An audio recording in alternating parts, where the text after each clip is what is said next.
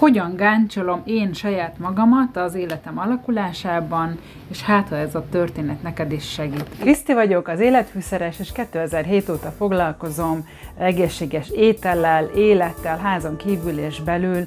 Tudod-e, vagy látod-e, hogy neked mi a legnagyobb baj az életedben? Melyik az a terület, amelyik a legnagyobb gondot okozza, és ha megteszed, akkor írd meg ezt a komment szekcióba, hogy melyik életterület, mint például a szerelem, vagy a pénz, vagy az egészség, szóval, hogy egy szóval csak. Ahogy kezdődik, úgy folytatódik. Ez szerinted is így igaz?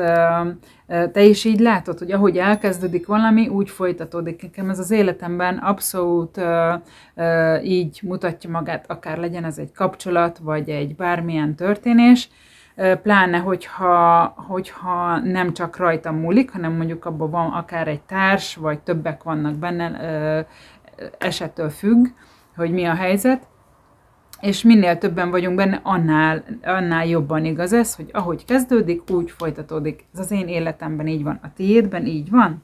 Te is így látod? Ezt kérlek írd meg akár azt, hogy igen, vagy nem.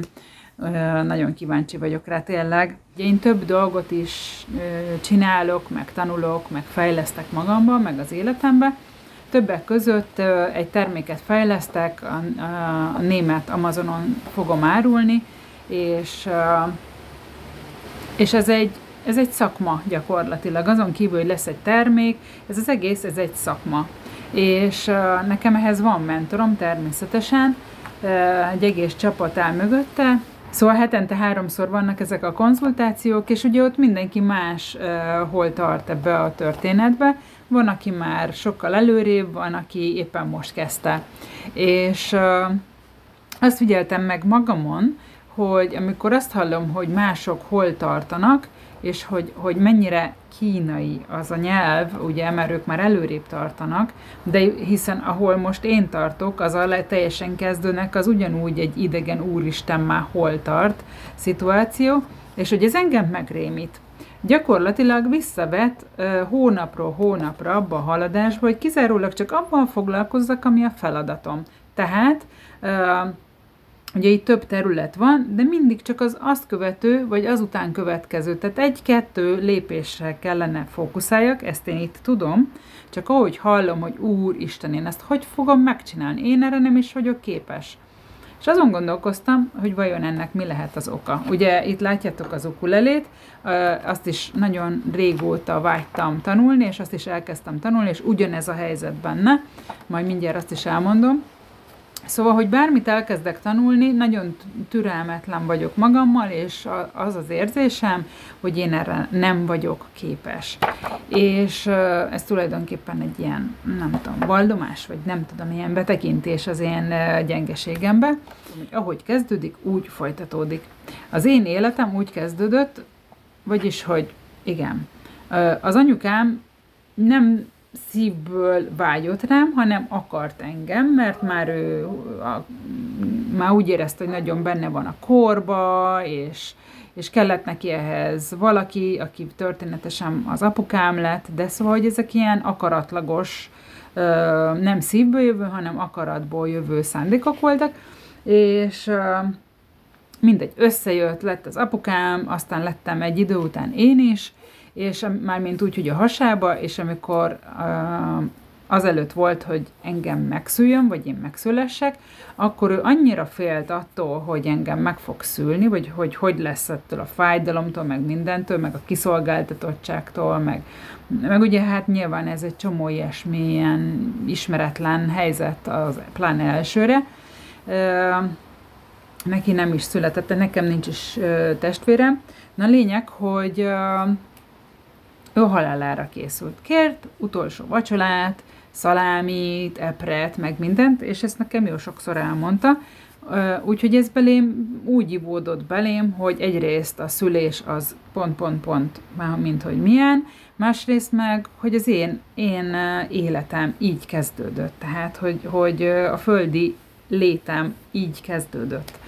És hogy szerintem ennek azért van összefüggése, úgyhogy én ebben a következő hónapokban jelentős mennyiségű erőt fogok erre fordítani, hogy ezt akár különböző technikákkal így átdolgozzam, segítséggel természetesen, de hogy szerintem ez például egy olyan ok lehet, amit így próbáltam visszafejtegetni, hogy miért van az, hogy egy pici nehézség, lehet nem is lenne nehézség, csak én annak gondolom, annak érzem, annak látom, és rögtön így visszariadok, és akkor inkább nem csinálom, vagy megtalálom a tudatalatti mindenféle kifogást, vagy akadályt, és akkor nagyon nehezen haladok benne. És ez lehet akár egy hangszer tanulása, aminek semmi tétje nincsen, és gyakorlatilag, ahogy nem megy rögtön, mert rögtön mennie kéne, nem kéne rögtön mennie, akkor rögtön türelmetlen leszek, meg lesz bennem egy ilyen belső feszültség, és azért is mondom el, hát ha bármilyen célotok van, hogy ezen úrrá lehet lenni, és ezen úgy lehet, hogy ezt nyakon csípjük, egyáltalán észreveszünk, hogy ilyenünk van, és akkor én legalábbis elkezdtem csak arra fókuszálni, ami épp az adott feladatom, mindegyik területen ez nekem nagyon oda kell erre figyeljek, hogy ne szaladjon el a tekintetem előrébb, és akkor már is megrémülök, úgyhogy gyakorlatilag ugye ebből több konzekvenciát is leszűrtem, az, hogy ezzel foglalkoznom kell,